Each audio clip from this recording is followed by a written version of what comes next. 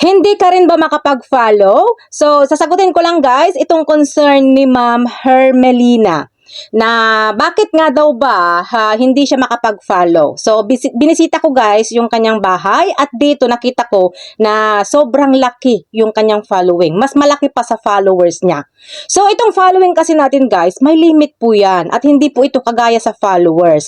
Dapat po, ang following natin is hanggang 5,000 lang talaga. Kaya lang, yung iba is nasusobrahan, kaya pwede siya hanggang 6,300. Kasi ang nakalagay dito is 5,000 to 6,300 yung limit. Pero, kapag na-reach mo na yung limit na yan, mabablock ka na at hindi ka na makapag-follow pa. Pero, kung gusto mo nga mag-follow ulit, ang sabi niya dito is, you must unfollow others to follow new accounts. So, eto na lang talaga yung tanging paraan para makapag-follow ka ulit.